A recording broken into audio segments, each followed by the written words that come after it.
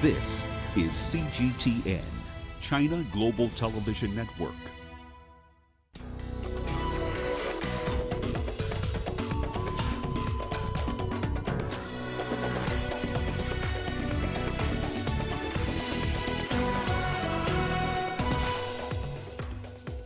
Chinese Foreign Minister Wang Yi arrives in Kenya on his second leg of a four-nation Africa tour.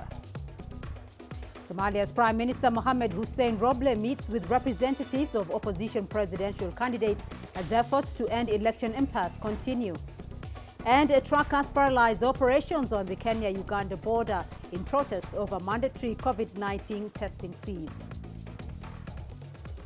Welcome to Africa Live on CGTN with me, Beatrice Marshall in Nairobi. We'll bring you the details on those stories in just a moment, but first, here's Rama Nyang with the day's business headlines. Rama.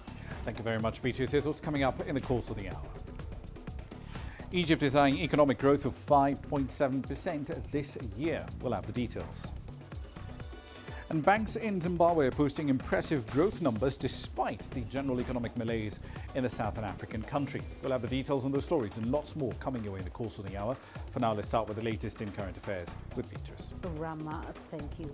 Now, Chinese Foreign Minister Wang Yi has arrived in the Kenyan coastal city of Mombasa.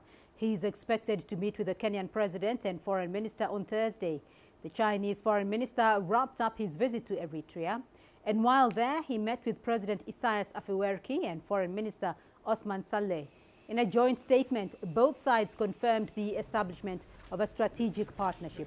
President Afewerki said Eritrea and China have formed a blueprint for cooperation in areas such as mining, resources, agriculture, and human resources. He also called China an indispensable partner in Africa's development. On his part, Foreign Minister Wang Yi stressed China's willingness to support Eritrea without interfering in its internal affairs.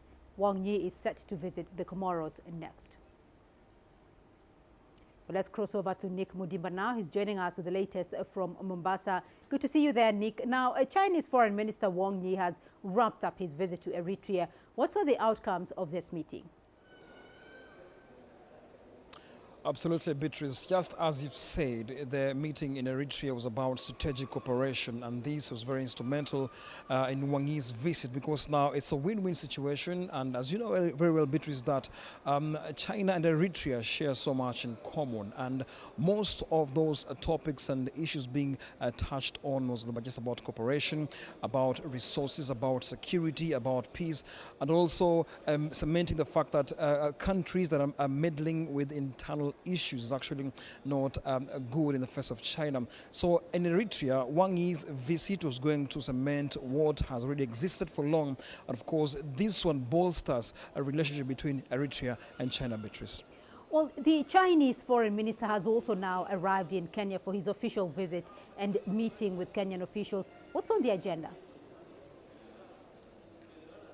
Absolutely. So at 6 p.m. Local time here in Mombasa, coastal town in Kenya, Wang Yi touched down and was received by his counterpart, actually, Ambassador Rachel Omao, who later left the airport. But again, tomorrow will be a very busy day, back-to-back schedules for the foreign minister, because now this is where now bilateral meetings will actually be going down.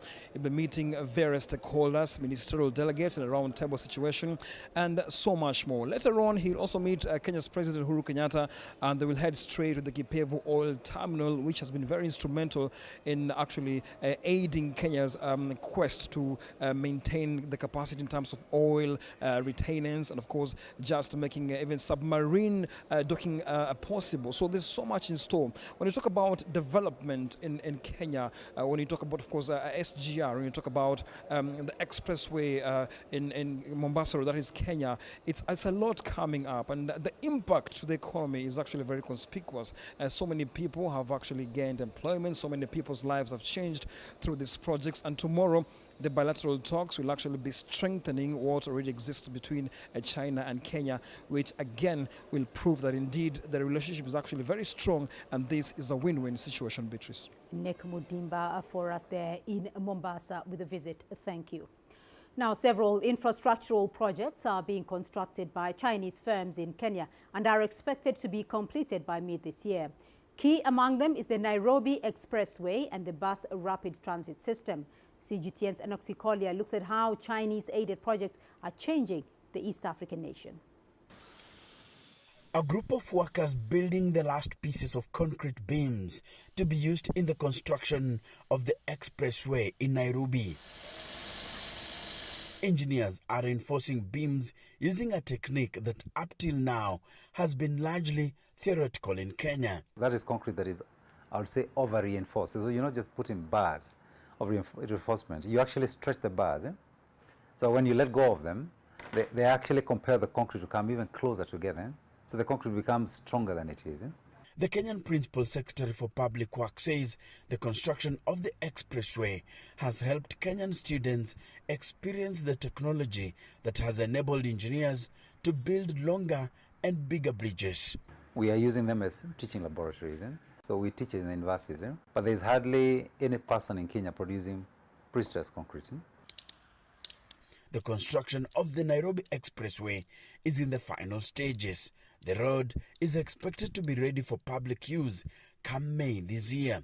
It will be one of the most important pieces of transportation infrastructure in the Kenyan capital as it seeks to reduce traffic congestion.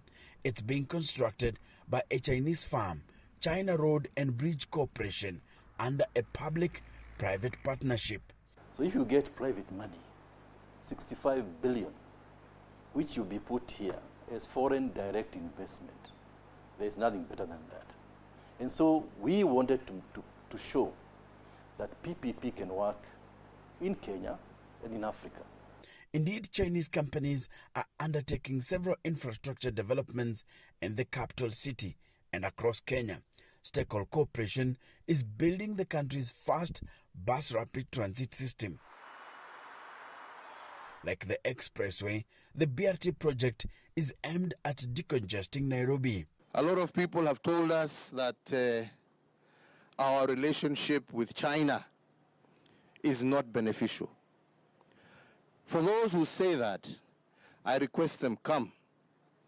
Let them see a project like this. Let them see the project that we have done in Lamu. China Communications Construction Company is building Kenya's newest port of Lamu. 3 berths have already been operationalized. The port is part of infrastructure project that Kenya is putting up in a bid to become East and Central Africa's major trade hub. Our partnership with China is one that is mutually beneficial, that is based on win-win, and we are very grateful to the Chinese government, to the Chinese people, for the support that they continue to render, not only to our country, but to the rest of Africa. With China's Foreign Affairs Minister visiting Nairobi, Kenya is seeking ways of deepening this relationship. Enoxi Collier, CGTN, Nairobi, Kenya. Well, let's now take a look at other stories making the headlines across the continent. The Democratic Republic of Congo's army says it has killed 18 militiamen and lost 2 of its soldiers in a battle in the eastern province of South Kivu. The army spokesperson in the region says the militiamen ambushed their soldiers as they traveled through a village on Tuesday. CGTN's Chris Ochamringa has that report from Kinshasa. The clashes between the Congolese army and the militiamen happened in Kagogo village in the DRC's eastern province of South Kivu. According to the army spokesperson, a convoy of its troops came under a rebel attack. A gun battle broke out that left 18 militiamen dead. The army says 2 of its soldiers were killed in the fighting. Local authorities and the army have blamed the attack on the Makanika Twiganeho militia. The group is largely composed of fighters from an ethnic group known as the Banyamulenge. They are Tutsis of Rwandan heritage who have lived in eastern DRC for many decades. But they've had long-running fights with the local communities over land and resources. The latest round of fighting comes 2 weeks after 6 people were killed in a bomb blast in the DRC's eastern city of Beni. Massacres in the east of the DRC have persisted despite the government's declaration of martial law in May last year. Chris Ochamringa, CGTN, Kinshasa, Democratic Republic of Congo. Now, as talks to end the election impasse in Somalia continue, The country's Prime Minister Mohamed Hussein Roble held talks with representatives of opposition presidential candidates as well as international partners. The discussions are aimed at addressing the concerns of all sides so as to urgently conclude ongoing parliamentary polls before the crucial presidential elections. Here is CGTN's Mohamed Kahie with more from Mogadishu. The meeting entered its third day today, Wednesday, with members of the National Consultative Council, that's the Prime Minister, and 5 regional leaders from the states discussing the way forward on conducting already delayed polls. Earlier, during the second day of the significant meeting, the Somali leaders were joined by the international partners in the country, led by the UN Special Representative, James Swan, as well as other diplomats in the country. Somalia's international partners reiterated their call for Somali leaders to conduct credible elections in the country. Somali Prime Minister Mohamed Hussein Roble held a closed-door meeting with representatives from the opposition presidential candidates where differences were ironed out. The opposition has also demanded a repeat of disputed parliamentary elections. Somali civil society groups, religious leaders, as well as traditional elders are also expected to be part of the meeting. All these separate meetings by the Somali Prime Minister with these different groups stress the need to conduct timely, transparent polls in the country, and we are expecting a communique out of this meeting in the next coming days. Hamid Kahie, CGTN, Mogadishu, Somalia. Sudan is facing widespread international pressure following the resignation of Prime Minister Abdallah Hamdok. The US, Norway, Britain and the EU warned Sudan's military they would not support a new prime minister unless civilians were involved in the process. They added that a credible government and parliament were necessary for the renewal of economic assistance. The resignation of Prime Minister Hamdok has spurred protests. Security forces have faced allegations of targeting demonstrators. The UN Secretary General Antonio Guterres has condemned the violence.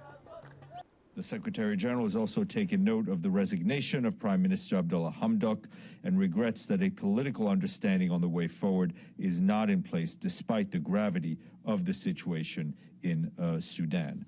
The Secretary General encourages all stakeholders to continue engaging in meaningful dialogue in order to reach an inclusive, peaceful and lasting solution. South Africa's Commission of Inquiry into State Capture has handed over the first part of its final report to President Cyril Ramaphosa. The commission was tasked with investigating corruption during former President Jacob Zuma's presidency. It heard a testimony from hundreds of witnesses detailing their account of events in terms of how the state was captured. State capture refers to the way private individuals and companies illegally influenced state institutions to do their own bidding. CGTN's Elisa Njamel has more.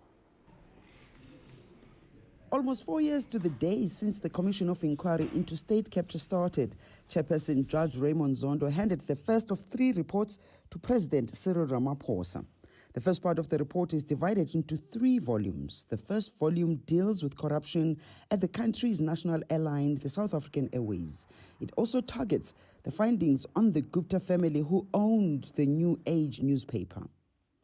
The New Age newspaper was allegedly used to secure advertising and sponsorship from the state-owned government communication and information system. The Guptas are a wealthy family with origins from India. The family have been accused of meddling in state matters during former President Jacob Zuma's presidency. The third volume deals with the capture of the South African Revenue Services. Zuma set up the commission himself in 2018 after an order from the High Court in Pretoria. Both Zuma and Ramaphosa testified at the commission. This is what I would call a defining moment in our country's effort to definitely end the era of state capture and to restore the integrity and credibility and the capability of our institutions, but more importantly, our government. The Commission of Inquiry heard testimony from hundreds of witnesses who spoke out about corruption during former President Zuma's 2 terms between 2009 and 2019. The most, I said, devastating and lasting cost of state capture and corruption is the effect on the confidence of the people of South Africa in the leaders and the officials in whom they place great trust and responsibility. State capture has damaged people's confidence in the rule of law, in public institutions, in law enforcement agencies, and even to some extent in the democratic process. That is what makes the work of this commission so essential. 2 more installments of the report are expected before those implicated are likely to be prosecuted. Acting Chief Justice Raymond Zondo stated that the second part of the report will be available at the end of January, while the third and last installment of the report will be presented at the end of February. President Ramaphosa has indicated that he will step aside from the implementation of the Zondo Commission recommendations should he be implicated in allegations of state capture. Yulisa Njomela for CGTN in Johannesburg, South Africa. Gabon and Ghana are among the newly elected non-permanent members of the UN Security Council. Along with Albania, Brazil and the EU, they took part in an installation ceremony of their national flags on Tuesday. The Security Council is comprised of 10 non-permanent members and 5 permanent member countries. Both representatives from Ghana and Gabon said that they planned to use their roles to help resolve a conflict. Where the security and dignity of the peoples of the world are at risk, we come to the Security Council not to fill a quota, but to give a voice, a face, as well as a commitment and hope to the countless who await action commensurate with their fear and insecurity. Ghana comes onto the Council with a burden. The burden and expectations of the estimated 2 billion people who live in fragile contexts and conflict areas around the world, and the over 20% of the population of Africa who continue to endure the ravaging effects of conflicts. You're watching Africa Live. Still ahead on the program. Truckers paralyzed operations on the Kenya-Uganda border in protest over mandatory COVID-19 testing fees. And the World Health Organization says more evidence shows the Omicron variant is causing milder symptoms.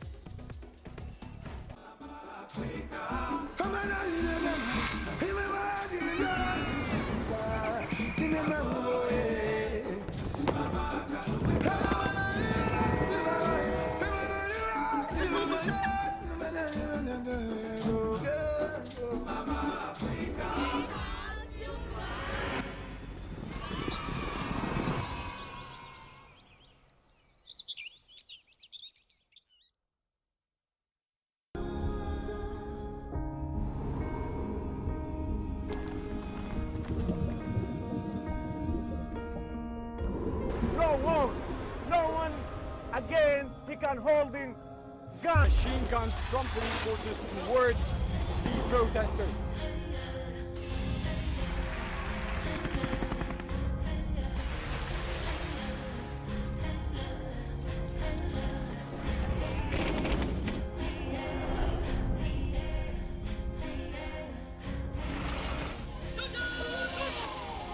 Were you worried about your life at that particular time? Not at all. Thank you very much for your time. What is your assessment of the state of the continent today? Africa has the potential to power itself. Excuse me.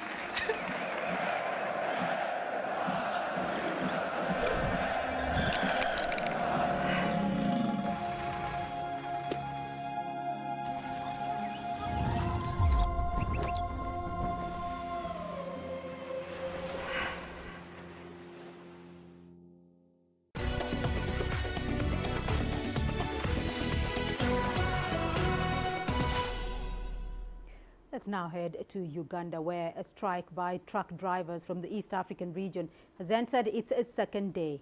The truckers who are protesting against COVID-19 testing fees have brought business at the Malaba border post to a standstill. Uganda recently introduced a mandatory $30 fee for all incoming travelers, including truck drivers. Isabel Nakiria reports. The protest by truck drivers has caused a pile-up of trucks at the Uganda-Kenya border. Over 3,000 trucks destined for Uganda, Rwanda and South Sudan have paralyzed business at the Malaba border post.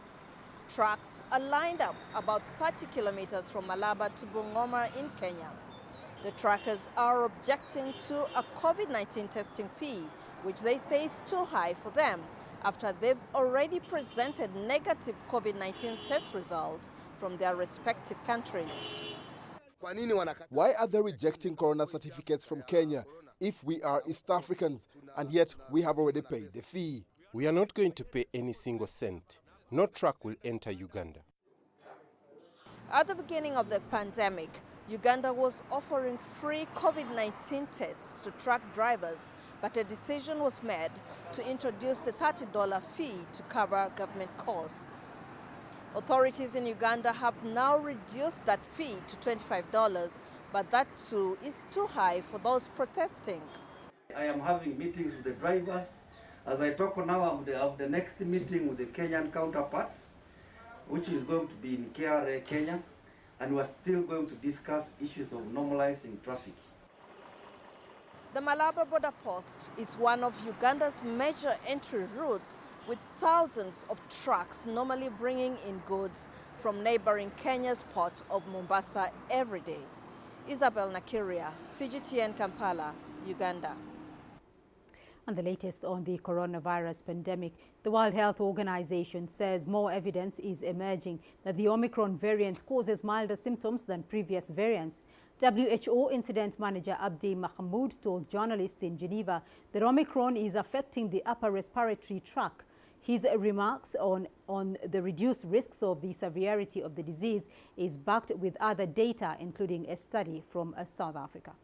We're seeing more and more studies pointing out that Omicron is infecting the upper part of the body, unlike other ones, the lung, who has been causing severe pneumonia. It can be a good news, but we really require more studies to prove that. We had a good number of studies coming up, proving again what we had from South Africa, that the vaccine still protects you against hospitalization and severe disease and death, and that's what vaccines were designed. The challenge has not been the vaccine, but the vaccination and reaching those vulnerable populations. Meanwhile, Britain has reported more than 210,000 new coronavirus cases. Soaring infections have not only caused staff shortages in the healthcare system, but also many other sectors. Nawid Jabakil reports from London. It's not just the healthcare sector that's impacted, but other parts of the economy are feeling the effects of staff shortages too.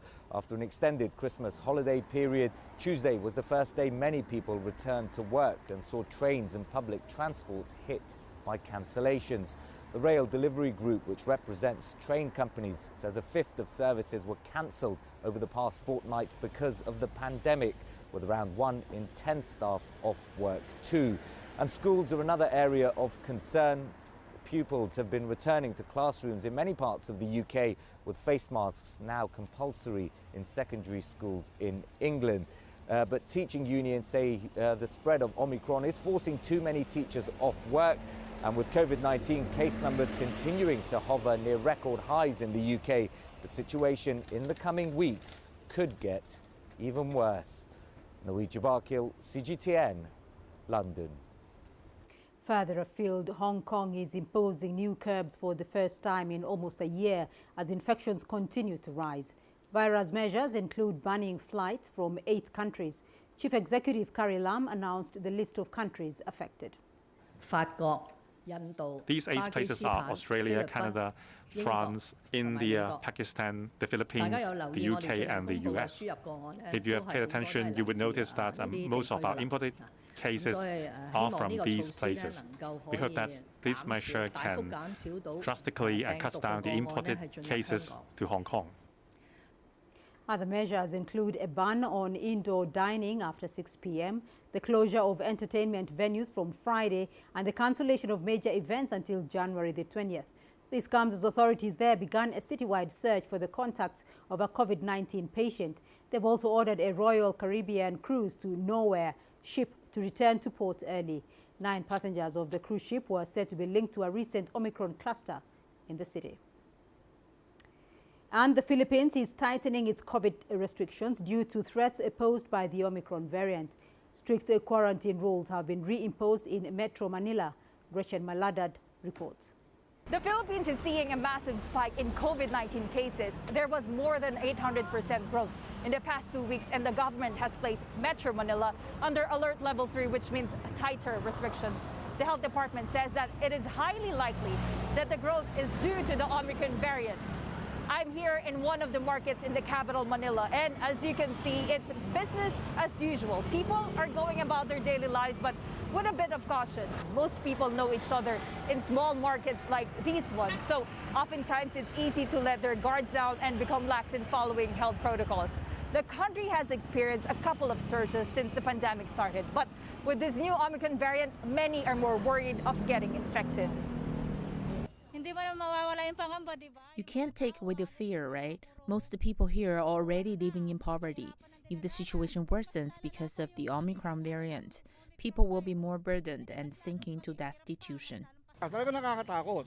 It's really scary. That's why my advice to everyone is that we should follow the government's health protocols, social distancing and everything. Let's all follow them. Under alert level 3, face-to-face classes are suspended. Restaurants are now only allowed 30% capacity. Social gatherings where individuals are not in the same household are prohibited. Those below 18 years old, senior citizens, and those belonging to the vulnerable population are only allowed to go out to buy essential goods. Unvaccinated have also been restricted to stay at home. 17 mayors in different cities in the capital have agreed to limit the movement of the unvaccinated and even those who have not completed their full doses. The unvaccinated can travel via public land, sea, and air transportation, except if they are buying essential goods such as food and water. Also, they can travel for work and for medical and health reasons. However, they must present proof to support and justify each trip. If they are caught violating, like presenting fake vaccination cards or fake documents, they can be fined $400 to $1,000 or worse, imprisoned for 1 to 6 months. There are a few oppositions to this mandate. The Commission on Human Rights have also released a statement that the unvaccinated must not be denied access to essential government services. Gretchen Malalad, CGTN, Manila. In other news, Australia and Japan are expected to sign a treaty to beef up military cooperation at a virtual summit on Thursday. It's being seen as another attempt to counter China's economic and military influence in the Asia-Pacific region. In response, Beijing says bilateral pacts between countries should build a trust and not target a third party. It says regional peace and stability needs efforts from all relevant countries. The reciprocal access agreement is expected to set out a framework for defense forces of Japan and Australia to cooperate. Both countries agreed to the treaty in principle back in 2020. In a show of support to the Ukraine, EU's foreign policy chief has kick-started an official visit to the former Soviet Republic. He's there to hold talks with Ukraine's foreign minister to address the build-up of Russian military near the country's border. This Friday, NATO's foreign ministers will hold a virtual emergency meeting to discuss the crisis. This will be followed by talks by officials from US and Russia in Geneva on Sunday, and then a meeting of the NATO-Russia Council next week. Well, let's now go to Rama Nyang for the latest business news. Rama. Thank you very much, Beatrice. Here's what's coming up in business news. Egypt is eyeing economic growth of nearly 6% in 2022. We'll have the numbers. And banks in Zimbabwe posting impressive growth numbers despite the general economic malaise in the country.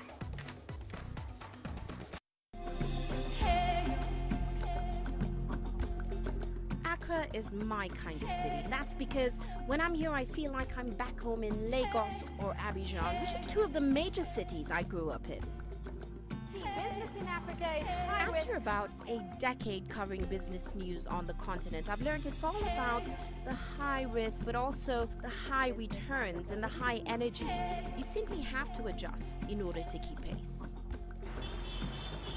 When I started out as a journalist, my dream was to open people's minds to the different perspectives. From the CEO in the boardroom to the trader out in the street, we all have different stories. From Accra to Addis Ababa, from Cairo to Cape Town, and I wouldn't have it any other way. Here at CGTN, we realize that Africa is on the move, and it's moving fast, but we're moving right along with it. I'm Ucheo Koronkwo, and I'm a business anchor and reporter at CGTN.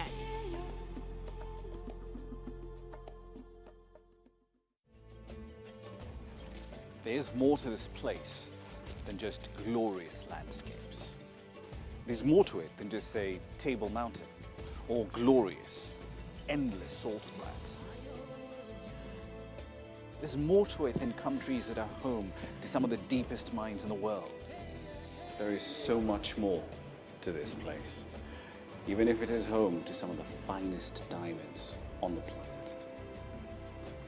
It is the sheer diversity of the people who call Southern Africa home, and the relentless drive to make it a better place that make it so special.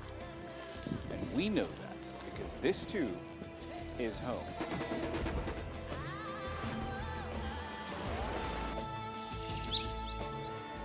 No one knows Southern Africa like we do. CGTN, see the difference.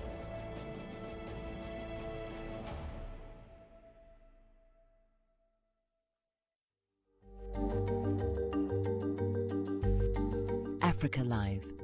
Find your voice.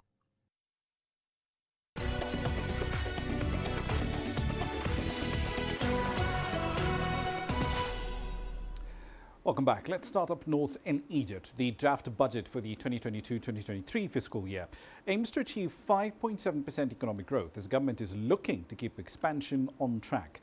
The country's finance minister, Mohamed Maid, says that the draft budget also aims to shrink the deficit to 6.1% while cutting debt to less than 90% of GDP.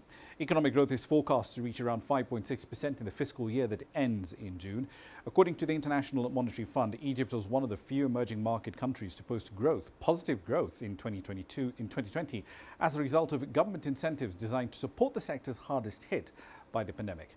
Egypt does rely fairly heavily on tourism, but it has managed to maintain overall growth despite pandemic-related restrictions and lockdowns. Now, Egypt did achieve a high record of exports in 2021, despite the global damage being inflicted by the pandemic. According to the country's prime minister, exports hit nearly $31 billion last year. That's the highest ever in the country's history. Here's CGTN's Yasser Kim with the details from Cairo. There's been a gradual global recovery in international trade in 2021 compared to COVID peak year 2020. But quick rebound in Egypt's exports has been eye-catching, jumping from $26 billion in 2019 to a record $31 billion in 2021. We managed through a financial package led by the Egyptian president, which is £100 billion, about 2% of GDP. We managed to support economic activities affected by the crisis like the tourism sector, small and medium enterprises and manufacturing. Egypt was the only country where national and mega projects didn't stop and continued at the same rate in spite of the pandemic. This guaranteed continued manufacturing at full capacity during the pandemic. It also allowed markets to import more Egyptian products as an alternative to the shortage in supply from other countries. One industry that has seen an impressive 46% increase in exports are chemicals. Businessman and head of the Export Council for Chemical Industries, Khalid Abul Makarim, attributes this success to state support. It was the export support program. The state subsidized exporters and waived taxes and tariffs on raw materials in 2020-2021, which had a huge impact on increasing our exports. When the subsidy money was released to the companies, it helped us a lot in paying off any debts. Many factories were able to cover their bank loans, to pay their suppliers, their workers, and there was liquidity to buy raw materials, increase production, and open new markets. Abul Makarim says another vital policy which kept exporters operating is the state's strategy to locally produce raw material, industrial components, and establish feeder industries. Having local components available in Egypt during critical times was crucial for us, and therefore our factories did not stop production. Before, we used to import raw materials at high costs, as well as the shortages of delays and shipping complications during the pandemic. Now we have the raw materials and components locally supplied to us immediately. So we continued production, we continued to operate, and our manufacturing will continue to increase. Exports that flourished included fertilizers that jumped by 50% year-on-year, agricultural products, chemicals, plastics, and medical equipment.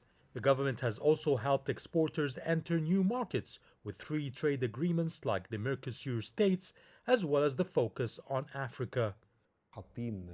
We have a new strategy 2022-2025 towards Africa especially that we chair the COMESA.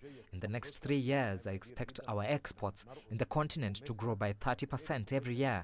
The state subsidizes our shipping costs to Africa by up to 80%, which makes it very attractive for any businessman to target Africa, as 80% of his transport costs will be covered. The government hopes these incentives will keep exports increasing and give a boost to the economy as a major source of hard currency for the North African country. Yasser Hakim for CGTN, Cairo.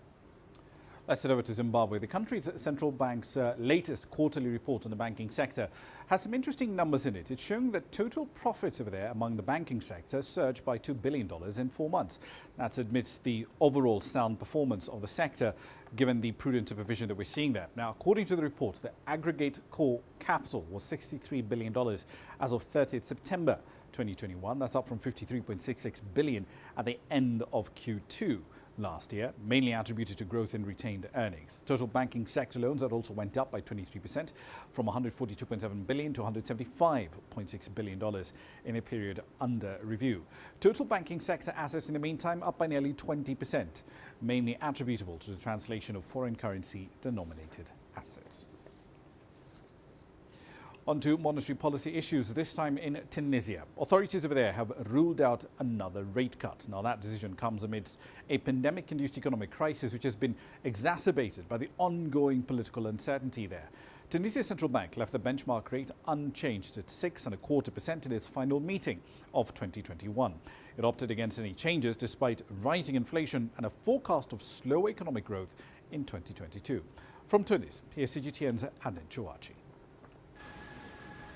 Tunisia has said reducing interest rates would not help economic recovery and warned it would instead entail an inflationary spiral. The Minister of Economy and Planning declared that rate cuts would also hurt middle-class families and retirees as the currency will depreciate.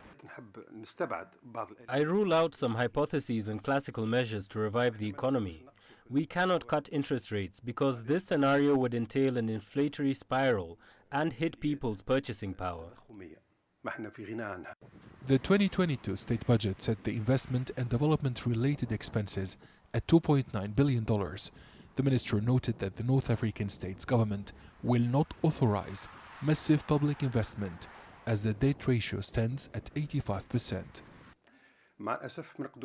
Unfortunately, we're aware that this is below expectations because economic actors are looking for measures to boost public investment and development.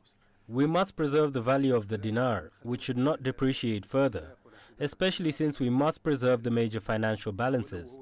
We are thinking of solutions to the major stalled public projects. Many economists believe that there is no way out of the current economic and social crisis without a boost in public and private investment in the country. The government did not think of the budget of development and investment when drafting the 2022 state budget. The $2.9 billion will never be used for public projects, regional development or infrastructure. It will rather be directed to other state expenses. There will be no economic recovery after the pandemic without public and private investment. Tunisia's Prime Minister Najla Bouden declared that her government aims to preserve the current industrial fabric, which was affected by the COVID-19 crisis and which has further been complicated by its political situation. The Minister of Economy and Planning announced the launch of a digital platform dedicated to Tunisian and foreign investors in the coming weeks. Authorities say the objective is to achieve economic growth that will increase resources, improve purchasing power, and activate the economic circuit. Adnan Shawishi, CGTN, Tunis. On to Somalia now. It's a leading telecommunications firm, Hormuz, is marking its 10th anniversary ever since it launched its mobile money transfer service, EVC Plus. Over 70% of Somalia's population of around 15 million are now using that platform to transact their daily business, and that makes it one of the fastest growing cashless populations on the continent. Here's CGTN's Mohammed Kahir with this report from Mogadishu. Ahmed Noor Abdi, the manager of Fast Grow store in Mogadishu, is keenly serving his customers without any concern about the payment. With the help from Somalia's biggest telecommunication firm, Hormuz, thousands of businesses like his are enjoying the benefits of EVC Plus mobile money payment service for the past decade. The EVC Plus money transfer has boosted our business by making the transactions with customers easy without challenges. But before the service was introduced, there was a lot of risk in carrying huge amounts of cash, and it was difficult to verify counterfeit money. The EVC system has omitted that concern now.